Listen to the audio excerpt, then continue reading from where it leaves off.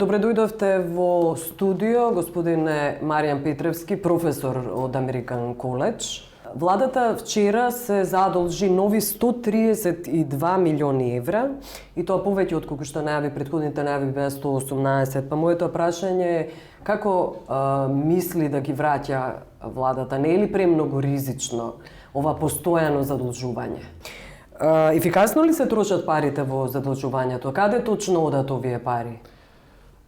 Значи, тоа мислам дека е главна непознаница која што нас како на граѓани ни е во моментов непозната. И вас како експерт ли? Да, и мене како експерт не ми е точно познато, затоа што владата главно не ми објаснила за што се трошат тие пари, инаку секако и ние како експертска јавност сакаме да видиме дека тие пари се трошат за продуктивни цели, односно она што ќе го поддржи растот на среден рок, како патишта, хидроцентрали, информатичка технологија, енергетика и така натаму. И па еве вака да одиме со задолжувањето, дали расте економскиот, дали имаме економски раст, например?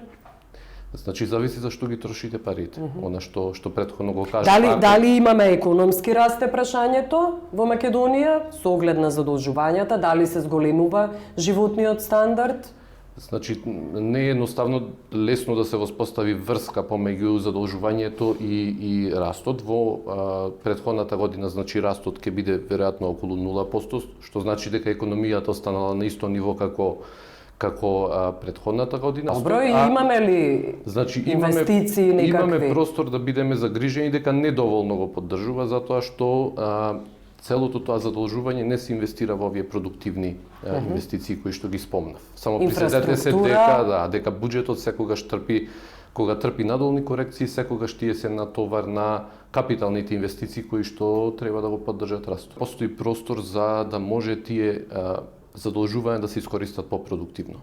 Што е продуктивно? Скопје 2014 дали е продуктивно? Скопје 2014 може да се гледа само низ перспектива на поддршка на туризмот, што и самата влада го поентира, меѓутоа колку тоа ќе придонесе за растот, јас не сум целосно убеден, така што и второ мислам дека е прашање на приоритети, наместо толкаво инвестирање во туризмот би требало прво да се фокусираме на работите што се важни за странските директни инвестиции. Добро, што е важно? Па важно е за еден инвеститор која ќе дојде прво да има добри патишта, да може тој својот производ да го однесе. Енергетиката која што е исто така важна, да намалиме нашата увозна зависност на енергенси. И следно, деловната клима, која што според мерењата на Doing Business е подобрена, и тоа значително подобрена, благодарение на мерките што се преземале, меѓутоа многу поважно е сега тие мерки да се имплементираат во пракса. Околу транспарентноста велите постојано непознаница, па еве имаше едно истражување, нетранспарентноста на буџетот е голема, односно последните показатели не сместуваат во некаква група што е под сите балкански земји, односно сме полоши од балканските земји.